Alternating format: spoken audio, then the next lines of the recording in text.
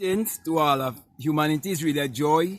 It's a pleasure. It's always an honor to be out here in nature and always greeting you, bringing this message of emancipation to you, whereby I'm pointing you to look inwardly to discover that your real identity is your divinity.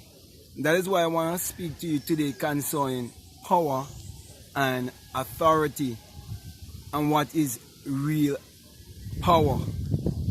As we know, there's a black mystic by the name of Abdullah who would have taught Neville Goddard what is true power. And we all need that kind of power to lead us and guide us in this hour. Now, as you can see, the power of Caesar is being exercised even now as I speak. And so many businesses are closed.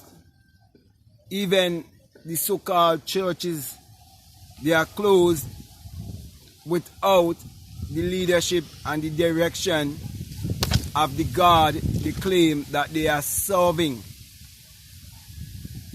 They are acting on the words, advice, instructions of politicians, which is basically showing us that the religious system is run and controlled by the political system, and the religious leaders are just pawns. They're just the man that you're seeing in the forefront. But the real governance of such a system, you're not really seeing. And so, all of that is the power of Caesar. But the real power is when you discover who you are. The real power is discovering that you are the church or the temple, that no one can instruct but you, because no one can have a thought for you. And you are in control of your mind power, because it's only your mind power that can be used to achieve your every desire. Now, we see that the power of Caesar is a power that is generated by fear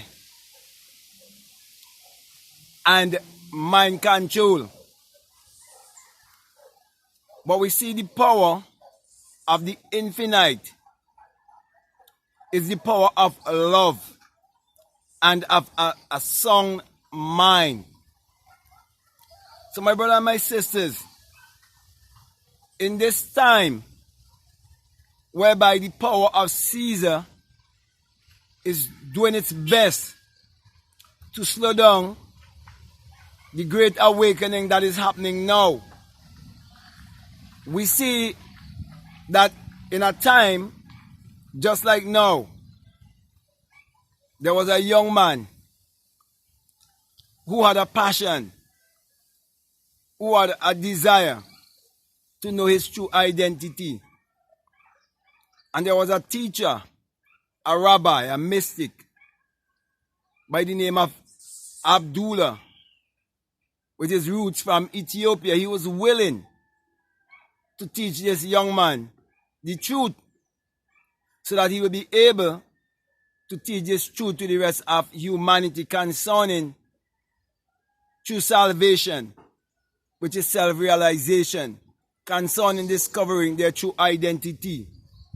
So the first thing Abdullah taught Neville was how he can create his desire by using his mind power.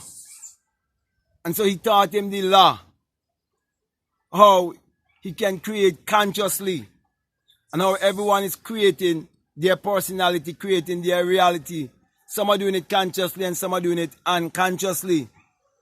That was the first thing. But he didn't stay there. As Neville continued to practice the law and continued to believe in himself and believe in his own God power, he wasn't looking outside of himself to a power or a creator. He was looking within. And he would have discovered that the kingdom of God is within himself. And when he discovered the secret of the ancients, what our ancestors would have known all along, when they declared to us, man, know thyself, that was when he had that experience where he experienced the birth from the skull. And I can say that without a shadow of a doubt, because I would have had that same experience and come to realize that the Bible is our spiritual autobiography that must be interpreted psychologically, and that it is the Son book, as in the S-U-N. And that is why, my brothers and my sisters, I want to share with you that real power and authority is actually knowing your true identity, knowing your divinity, knowing who you are. There's nothing more powerful than knowing who you are. There's nothing more powerful than when you take control of your mind power and use your mind power as being the Lord and Master of your own destiny. There's nothing more powerful than that. There's nothing more self-fulfilling than that. There's nothing that can make you more complete than when you discover who you are. No amount of money can take the place of discovering who you are. No political power could take the place of you discovering who you are. No material things in this world can take the place of you knowing who you are. So my brothers and my sisters, that's why you are told, what shall it profit a man if he gain this whole world and loses his own soul? And that's why Abdullah was willing to teach Neville Goddard, so the word would be able to correct the error. And that is why, my brother and my sisters, I always say to you that you are your own Lord and you are your own Savior. And that the greatest lie that has ever been told to humanity is the Jesus and Mary story. And I'm saying to you, as long as you believe in secular Christianity and you believe that the Bible is literal and that the Bible is secular history, you're giving your power away and you're worshiping an idol. You're living in idolatry, and as long as you live in idolatry, it will keep you in poverty and mediocrity. Unfortunately, many people who look like me, they're living in lack, mediocrity, and poverty in everywhere and every area of their life. And it is because they're trapped in idolatry. They're under a curse. They're under a spell. They are worshiping the image of another as their savior, when they're supposed to look in the mirror and see themselves, behold themselves, and see that God and man are one. So my brothers and my sisters, this message is a message of self-realization, for you to realize your true identity, for you to accept your true divinity, for you to accept that you are God in flesh, and that you are spirit having a human experience. That is real power. That's the power of which Neville was speaking about, that he learned through the teaching of Abdullah, where he used the Kabbalah with the Bible to show you how the whole Bible was put together. So my brothers and my sisters, as I come to a close here, I want to say to you that you are to believe in the S-U-N and not the S-O-N. The S-O-N is the brainwash that they gave you to enslave you. Because without the S-U-N, there is no life and there is no light.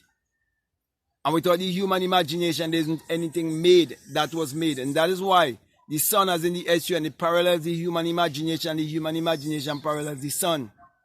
And when you experience the great awakening, you would realize that it is the rising of the S-U-N in a S-O-N.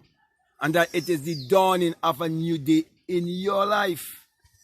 And that is why I always said to you that in Psalms 84:11, it is said that the Lord thy God is a sun, a S-U-N, and a shield, and no good thing will he withhold from you.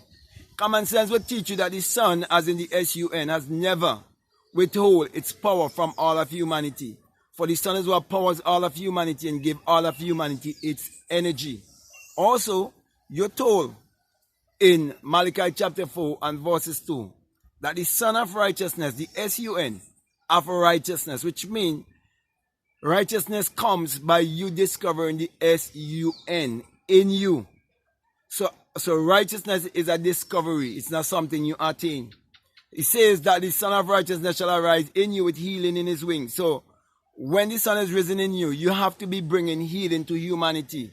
Just like what I'm doing here right now when I'm pointing you to look in order to discover that your real identity is your divinity. And I always encourage you to use your mind power, which is your solar power, your sun power, your God power, your creative power, which is actually sexual power. My encouragement to you is to always use that power to achieve your every desire and prove for yourself that the power of God in you is greater than the power of Caesar. So it is very important for you to know who you are. And I'm saying to you, we are the gods. We are God in flesh. And you must claim your God status, not just by words only, but by your action. So with that being said, I want to say peace. Love you all. I'm out.